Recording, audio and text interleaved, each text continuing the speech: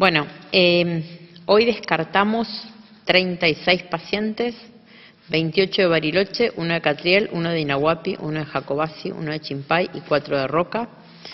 Tenemos 6 pacientes confirmados nuevos, 3 en Cipolletti y 3 en Roca, y 6 altas, 3 en Roca, 2 en Choele, 1 en Beltrán. Les vuelvo a repetir, igual para que recuerden que nosotros todo esto se carga hasta las 6 de la tarde en la plataforma de CISA, y eso es lo que nosotros después con eso armamos y les contamos. Pueden aparecer pacientes que terminan de cargar después de las 6 de la tarde y que muchos lugares en esas ciudades ya sepan que hay alguno confirmado de alta, pero que no están cargados en la plataforma, entonces nosotros no lo informamos. Con respecto a los confirmados activos, tenemos 25 en Bariloche.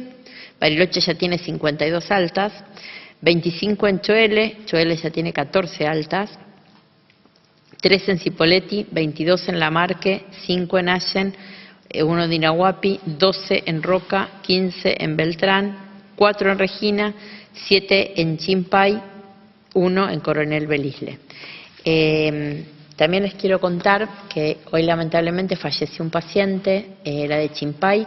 El paciente era un paciente mayor de 70 años, tenía una enfermedad terminal hace un año, estaba en su domicilio con cuidados paliativos, recibía el ingreso a su domicilio de personas que lo visitaban, más allá de los cuidadores.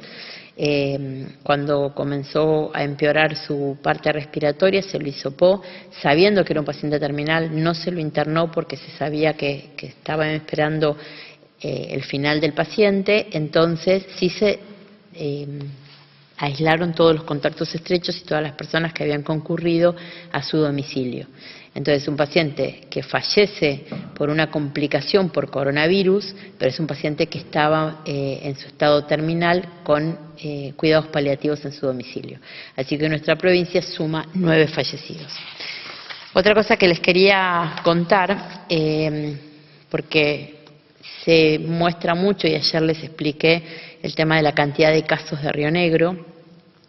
Nosotros, más allá de hablar siempre con la gente de Nación, yo les puedo asegurar que, más allá de que nos estamos ocupando, y desde el gobierno provincial, más allá de salud, de armar los cordones sanitarios para evitar que aumente bruscamente la curva, es importante que sepan que nuestras camas no están colapsadas, que tenemos de estos 130 pacientes activos, 8 en terapia intensiva, con lo cual nuestras camas no están colapsadas. Esa es la principal herramienta que tenemos y que tenemos que fijarnos.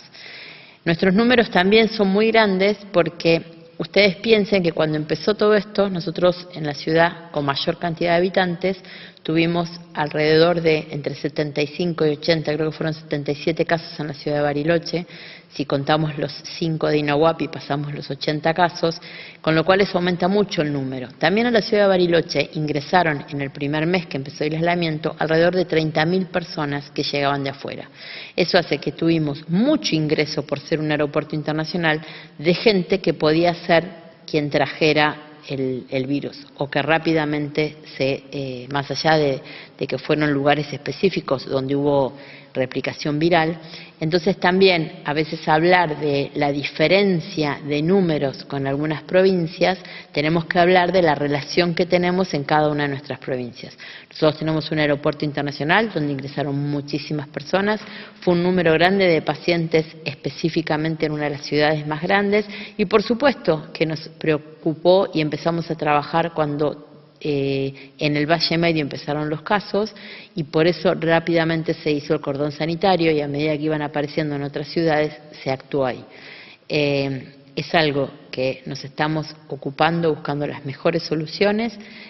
Vuelvo a repetir que tenemos a diario contacto con Nación, quien nos va sugiriendo si tenemos que cambiar algo.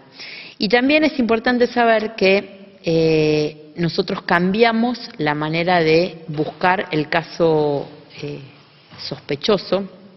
la definición de caso y también de cómo seguir a los contactos estrechos, y ahí decidimos que al 6º día de un paciente que fuese un contacto estrecho lo íbamos a hisopar.